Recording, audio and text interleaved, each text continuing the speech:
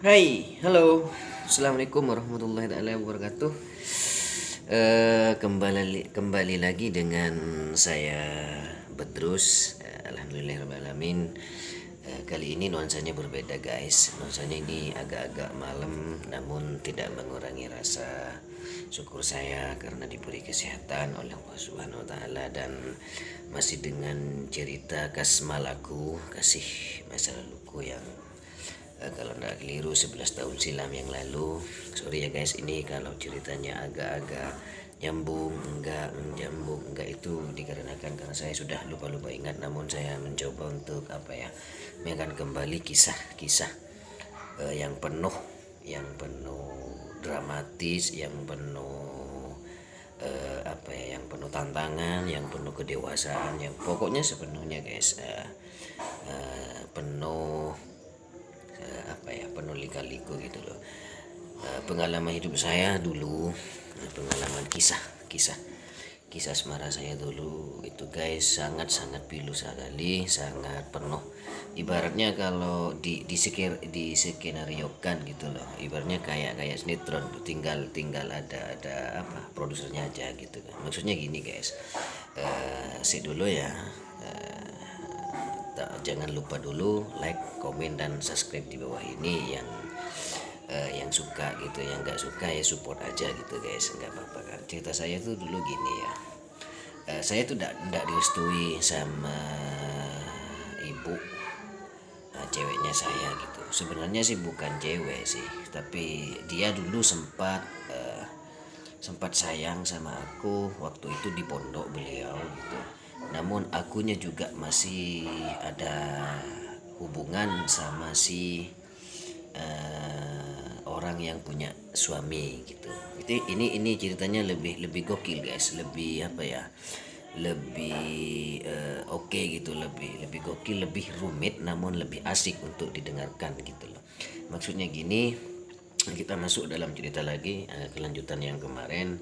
Saya tuh nggak direstui guys sama si ceweknya yang punya suami ini. Namun di tengah perjalanan ada orang yang diam-diam di belakang suka sama saya. Dia itu anak pondok gitu, anak pondok. Saya sendiri nggak sadar, dan saya nggak tahu kalau beliau itu suka sama aku gitu, suka sama aku. Nggak tahu, saya punya teman dekat sama aku gitu loh. Nah, si temanku ini punya cewek juga anak pondok gitu.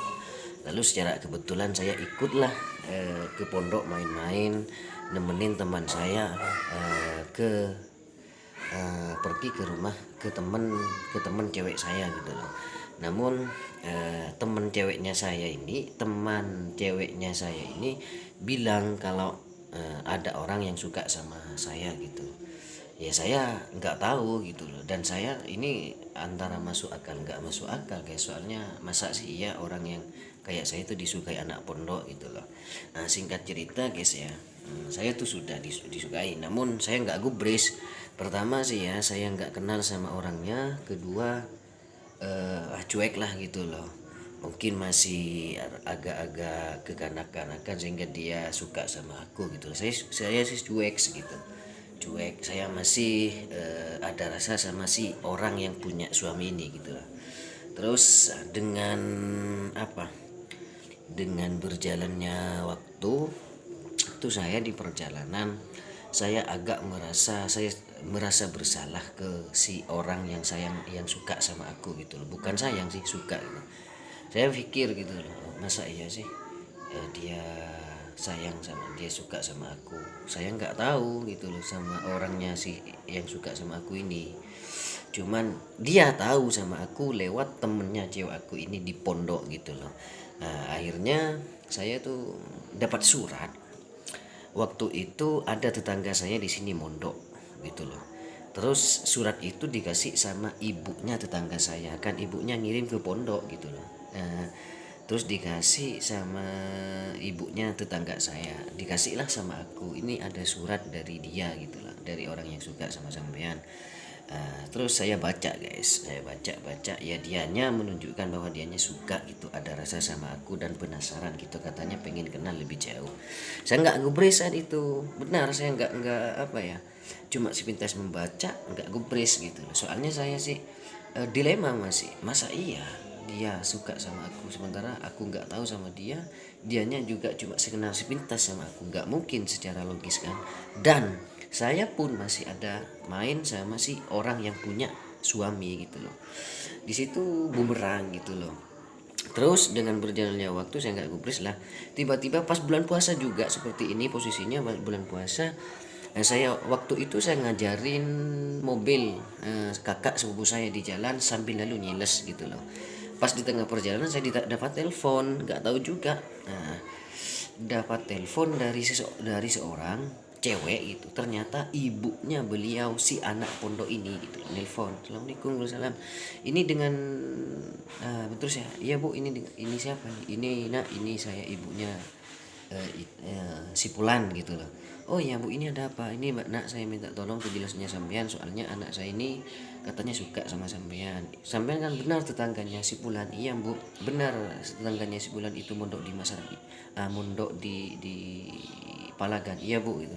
Ya akhirnya terus saya sih agak campur aduk di situ ya, bengong, aneh.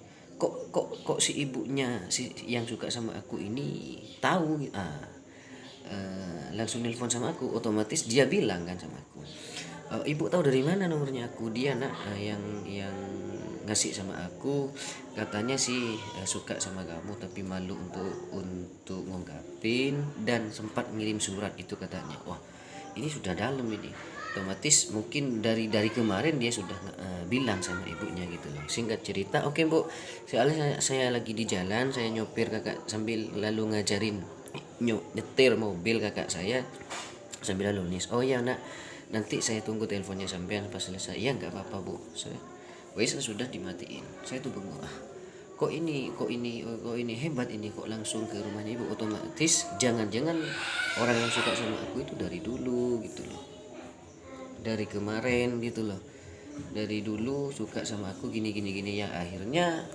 aku sih ngerespon, namun sebelum ngerespon gitu loh, sebelum ngerespon saya itu kalau ndak keliru pas azan zuhur saya diajak teman juga ke pondoknya itu gitu loh.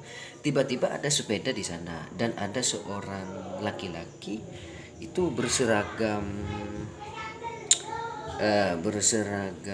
saat itu berseragam dinas ya. Saya nggak gubris, saya beli di kantin, saya nunggu temannya si cewek itu ya. Akhirnya kan temennya aku ini tahu kepada orang yang suka sama aku gitu, temannya aku itu tahu gitu loh. Nah, dia bilang apa itu bapaknya. Dan tiba-tiba nggak lama kemudian ada seorang cewek itu jangkung banget, oke banget, wow banget lah pokoknya, asik lah dilihat, enak gitu loh. Saya nanya, tuh itu yang suka sama kamu apa? Iya itu, katanya sih temannya aku itu, kan temannya aku itu tahu gitu loh.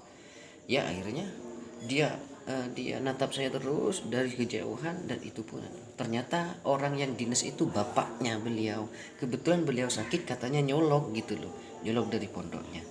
Nah dengan berjalannya waktu saya tahu gini, saya mulai ada respon lah. Soalnya bukannya saya nggak tahu sih, bukannya gimana terhadap orangnya, nggak, cuman saat itu saya masih ada rasa sama si orang yang punya suami ini gitu. Nah pas saya tahu gini, ya akhirnya saya lanjut gitu. Ternyata berbanding terbalik guys. Bakal lanjutannya, subscribe, like, dan komen. Tunggu episode dan cerita saya selanjutnya. Oke, assalamualaikum warahmatullahi wabarakatuh.